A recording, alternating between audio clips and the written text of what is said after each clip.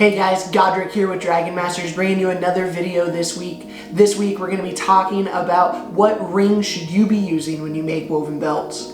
But before we jump into that topic, I want to give a big thank you and shout out to the user Crit4Gaming for recommending this topic for the video this week. If you have any ideas for something that you would like to see me make a video on, please leave a comment below and we'll make sure we jump on that. Make sure you hit that like and subscribe button. Let's jump on in.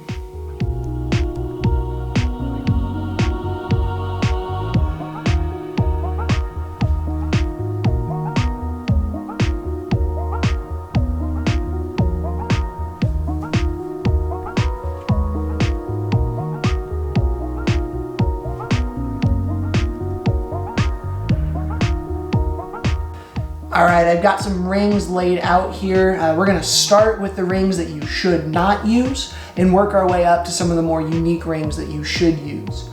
So over here, I've got two sets of rings. I picked these up from Hobby Lobby today. These ones are 3 or 3.5 inch, or I guess they're 4 inches, thin metal rings. $3 for 4 of them, pretty cheap. And then over here we've got some 2-inch rings that are made of wood for $2.50. So start off with these ones over here. A lot of people start making their belts on these because they're easy to get from Hobby Lobby or other craft stores. I'd recommend not using these. These bend quite a bit, and honestly they're 4 inches, which is a little bit too big for most belts. I would stay away from these if at all possible. Now, these guys over here are a little bit more usable, but I still don't use them unless I have to. They're 2 inches. For me, the ideal ring is going to be 2.5 to 3 inches. So this one's a little small. I have cracked a couple of these as well. I've made belts with these in the past when I've had to, or if someone has specifically requested them. And I've broken a couple of them in the past, so be wary about that. It's okay, I guess, if you're going to use it for macramé because you're not going to be pulling it as tight as you are on paracord. But if in a pinch, you can use these though. Now, another one down here, I've made a couple of belts on these. These are bamboo rings. I found these at Hobby Lobby as well. There's a little metal ring that goes in between. I wouldn't recommend using these. I've broken like half a dozen of these, and so I just wouldn't use them at all. They might be enticing because they look kind of cool, they're neat, unique, but they're gonna break. They're not very sturdy at all. Maybe for a quart belt if you need to. These I think are 2.5 or 3 inch rings. I'd stay away from them if I could. Now these two here are an example of just metal rings. This one here is what I use on the majority of my belts. This is my go-to. Both of these are 2.5 inch rings. This one over here is just a straight steel ring. You can get these at Tractor Supply or Rural King or any of those over by their chain section. I use these for many, many years. I think they're about $2 a piece. They're not too bad, $1.50 maybe. These ones over here are nickel-plated steel. I buy these on Etsy for about $1.50 a piece.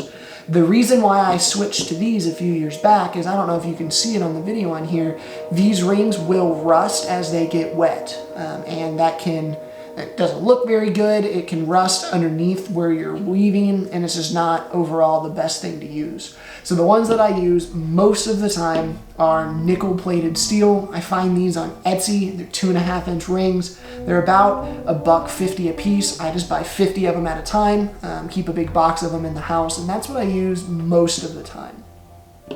Next over here, these are kind of unique. These are fun. You can get these. These are just normal belt buckles that you can find online.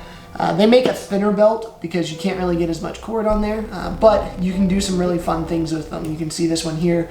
Some of my favorite belts that I've made have been with normal belt buckles. This little knob here just hooks in between your paracord weave.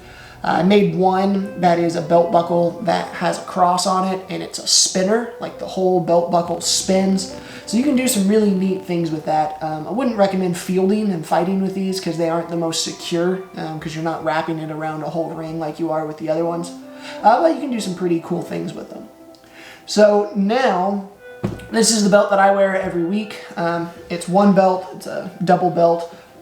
I have other videos on that if you want to see how to do that. But the rings on here are D rings, and they are saddle rings, like for horses. So for my knight's belts, or when I'm making fancier belts and someone wants more than just a normal ring, I will go and I'll look mainly on Etsy, but there are a few other places that you can go and look for saddle rings. These are D-rings and they have some etching in there. I love these. I've used quite a few of the round rings from Etsy as well that have different designs in them for knight's belts or for fancier belts. These cost about 10 bucks a piece, so significantly more money than the other ones, but I think they give a unique look that are pretty neat. Tandy Leather also carries some nicer rings as well for in that $8 to $10 range. And then I've also found some luck on Etsy looking through old vintage stores. You can find different rings that were used for a bunch of different things, but you can find some cool things on there, one-of-a-kind pieces that you won't really be able to find anywhere else. Now, my last one here, this is one of my favorite belts I've ever made. The ring that I used on this is a horseshoe. And I have one end is tied on, the other end just slips off. You can use belt rings that are very unique and different that don't even necessarily have to be rings. You can see here there's a horseshoe. I went into Tractor Supply one time and bought like a sprocket for a lawnmower. It was spiked. I used that as an end ring or as a ring. You can really, anything that you can tie paracord to, you can use. So don't let just the rings be get in the way of your creativity. You can use all sorts of different stuff to make cool belts. But in general, my rule is use a 2.5 inch ring, ideally. Steel is better than wood. You can go up to 3 inches if you need to. Some of the fancier rings like you see over here for some of your fancier belts. But as a whole, this right here, this ring, 2.5 inches, nickel-plated steel is what I use for the majority of my belts. And that wraps up this video on what ring you should be using when you make woven belts. Thank you so much for watching. Make sure you hit that like and subscribe button below to keep up with all the content that we're going to be making over the next few weeks. See you next time.